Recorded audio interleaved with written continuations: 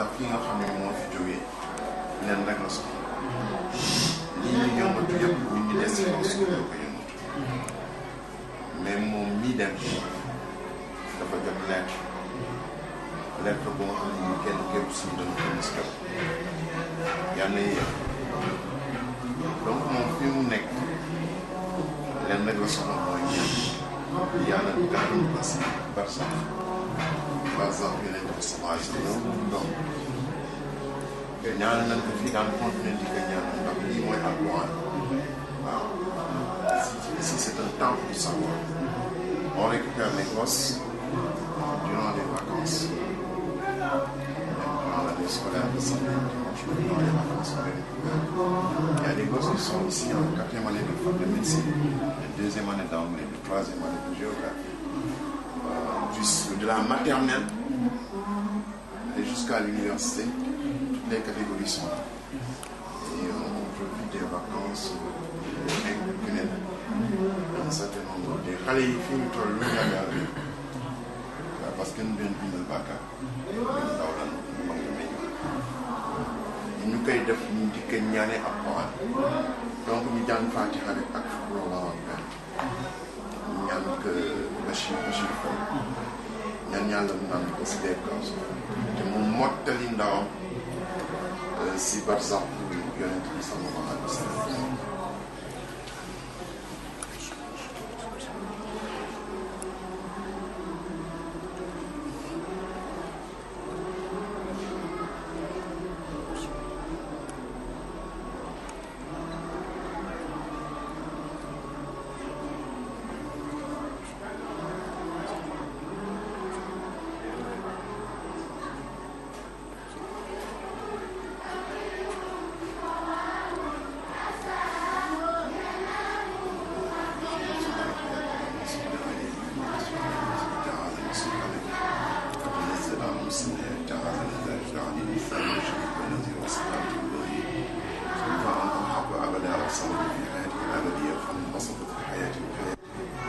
فأنت باقي فلك البقاء بعد فناء المؤمنين كما لك البقاء ولعبادك الفناء كما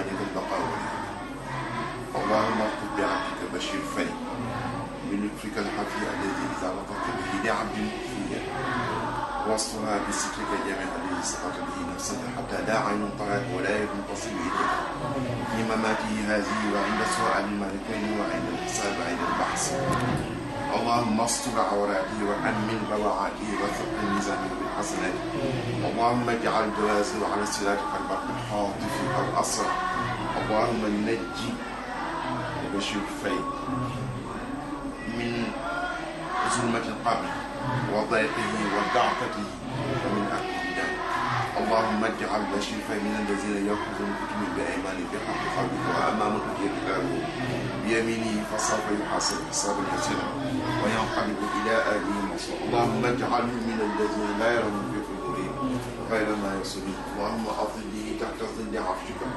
يوما إلا ظلك اللهم اجعله من الذين تبدل سيئاتهم بالحسنات بحق قولك إن الحسنات يذهبن السيئات اللهم صل على سيدنا محمد صلاة تنجينا بها من جميع الأهوال والآفات وتقضي لنا بها جميع الحاجات وتطهرنا بها من جميع السيئات وترفعنا بها عندك أهل الدرجات وتبلغنا بها أقصى الغايات من جميع الخيرات في الحياة وبعد الممات إنك على كل شيء قدير إن الله وملائكته lépp nekk wax si naa nam yoon ni ñaan ji yàlla ko yàlla def ñuy leer jotal da Seydou Bachir Faye xam ne ñoo blessé yàlla denk ñu moom si la boobu moo wàññi si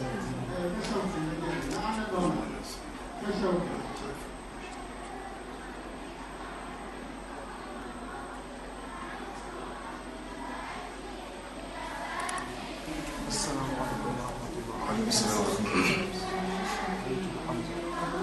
Avant de commencer, Hamza, avant de commencer, je remercie Baye. Je n'avais pas connu avant cet accident. Mais j'ai vu son engagement et son engouement envers la jeunesse. Toujours il est là-bas, toujours. Il nous apporte de quoi manger. Il y a beaucoup d'autorités qui sont venues, c'est grâce à lui qu'ils sont. Mais aujourd'hui, ce que je déplore au plus profond de mon intérieur, c'est ce qui se déroule actuellement à l'université Cheikh Anta Diop. Parce que moi, quand j'étais petit, je pensais que l'université était un temple du savoir, là où on allait s'enquérir des connaissances pour aller. Mais je pense que ce que j'ai vu à l'université, c'est de la tuerie. Moi, j'ai rendez-vous à 14h, mais j'ai tout laissé parce qu'il m'a dit qu'il faut laisser venir. L'université actuellement, li ñuy dund dafa metti kuñ koy expliquer doo ko gëm. nit bu ñuy toog. Continue.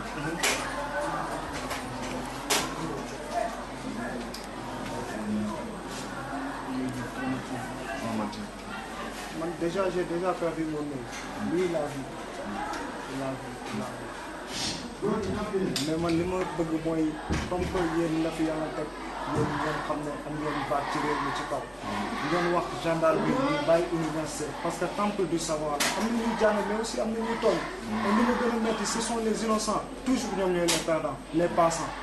ñuy grève ñi jël intention xeex ñoom dañuy sauver à chaque fois mais ñu ñooy perte toujours ñun ñi nga xam ne dañuy dox soxla.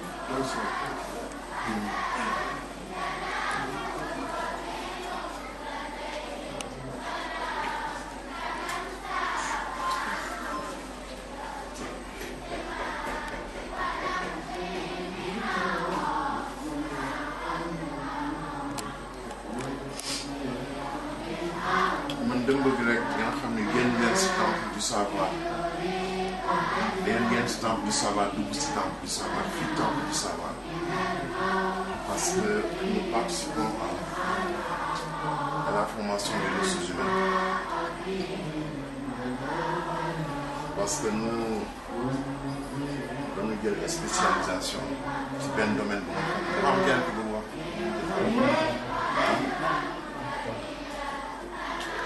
domaine bu nga xam ne bii c'est la spiritualité loolu mooy suñu baax na fii ak Tivaouane benn c'est une excroissance de Tivaouane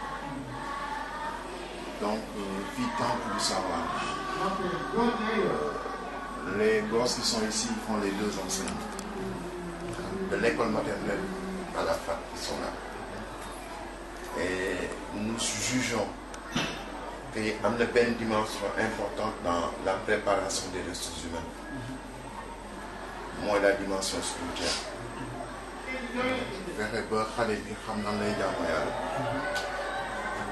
Et il y a une crise dans l'enseignement tel que dans l'enseignement laïque, c'est la crise de la conscience de soi. Tu vois? Ou la crise de la connaissance de soi. Xam bi nga wax xam sa bopp. Yàlla rek diine rek moo la ko mën may. Dañuy wax éthique bon jukku yi dafa maabu partout bon. Je lis dans la crise universelle, j'ai lu ça la perte des valeurs. Les pertes des valeurs la diine moo la ko mën def. Et je dis toujours que les Mandela et Olivier Tambo, s'ils ont pu mener la bataille qu'ils ont menée contre la c'est que parce que très jeunes, ils sont sortis des écoles de missionnaires.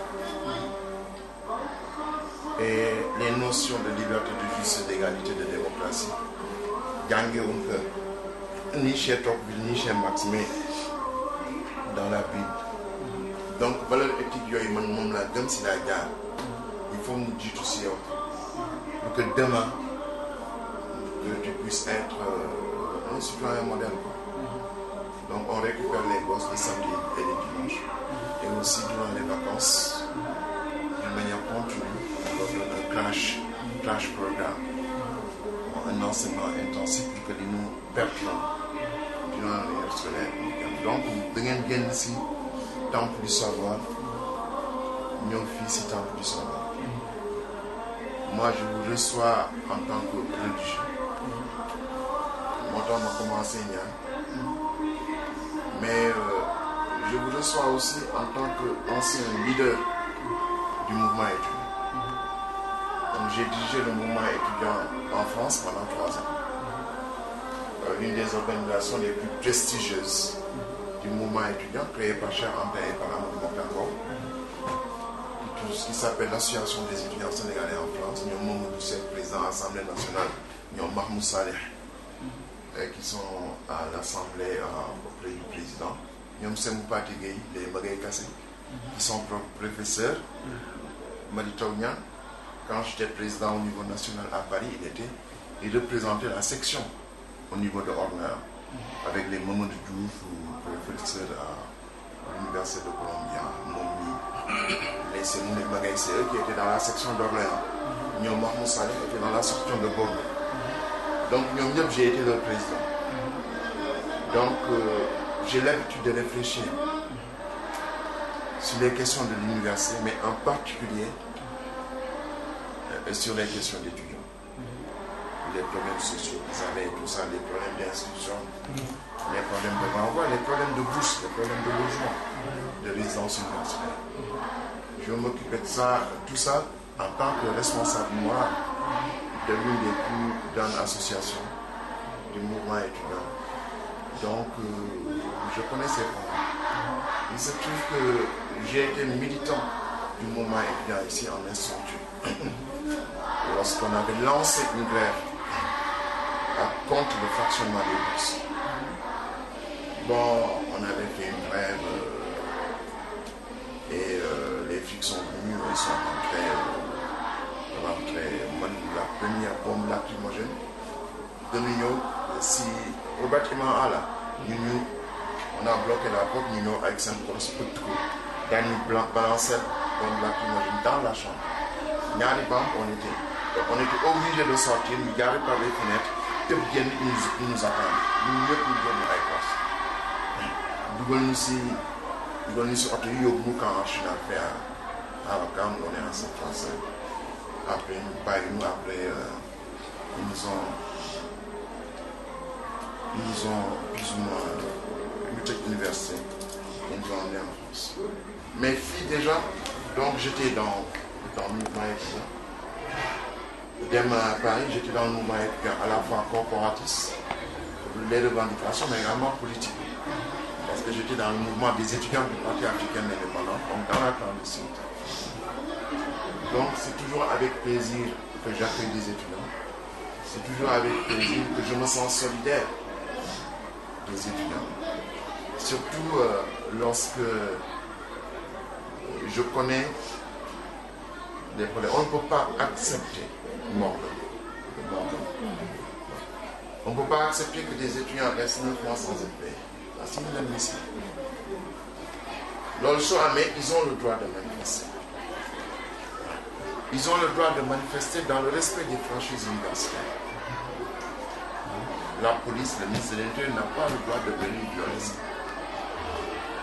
Et dans tous les cas, il ne peut y avoir ni de blessés ni de morts. Ce fait qu'il y a c'est qu'il y a quelque chose quelque part qui ne va pas. Donc nous, en tant que guide religieux, en tant qu'ancien leader du mouvement étudiant, parce que j'ai dirigé l'ASF pendant 3 ans, bilan d'une savane demain, après Marie Signon, Maguel après. Donc, je l'ai dirigé tout ça. Et depuis lors, je me suis toujours intéressé à la formation des ressources humaines. La plus grande preuve, c'est bien d'oublisser ce que bien fait. Ici, ajoute que j'ai dit à l'actuel Premier ministre, qui était le ministre chargé de suivre le pays, et l'actuel ministre de l'Enseignement supérieur, on s'est retrouvés en avril à la Banque mondiale. Ils étaient venus présenter le PSG. Après présentation, il y avait toute la crème, tous les fonctionnaires sénégalais de la Banque mondiale, du Fonds et de la SFI. C'était tout ça, ils sont venus, mon ministre, l'actuel Premier ministre qui était ministre seulement, il y avait Madi Taounian et il y avait le ministre des Finances. Lorsqu'ils ont fini de présenter le PSE, moi je me suis levé et je leur ai dit que le PSE dépend de 2 facteurs. Le taux de croissance n'a pas encore décollé et les ressources humaines. Et les ressources humaines, ici, il y a une importance pour l'université. Est-ce que l'université de Dakar, ou bien l'enseignement supérieur d'une manière générale, est en train de former les ressources humaines dont le pays a besoin pour attirer les bailleurs de fonds qui ont investi? Donc, je suis en train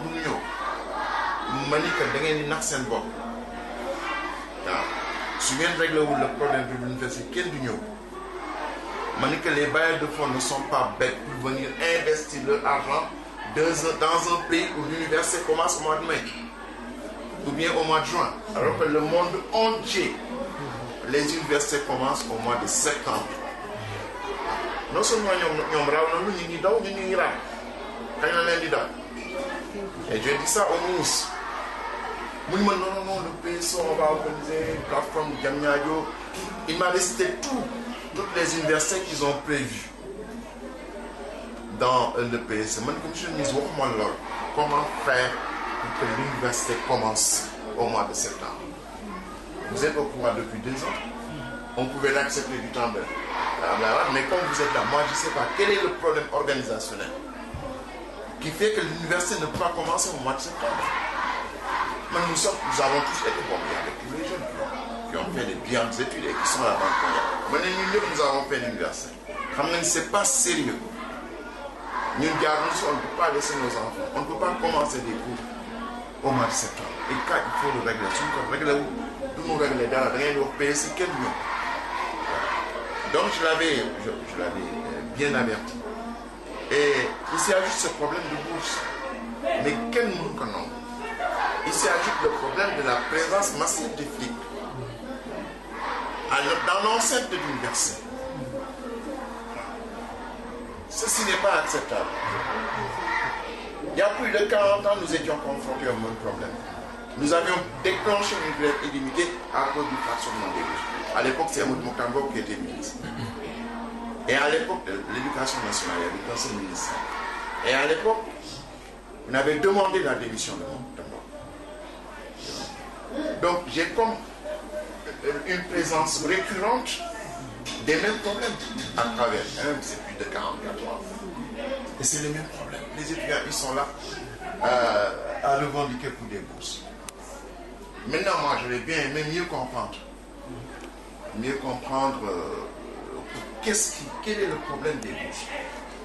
Pourquoi toutes les catégories sociales reçoivent leur dû à la fin? Pourquoi les étudiants ne peuvent pas? C'est ça que je ne comprends pas. Un chargé de revendication qui connaît très bien cette question. Ouais. Je te propose un récit très bref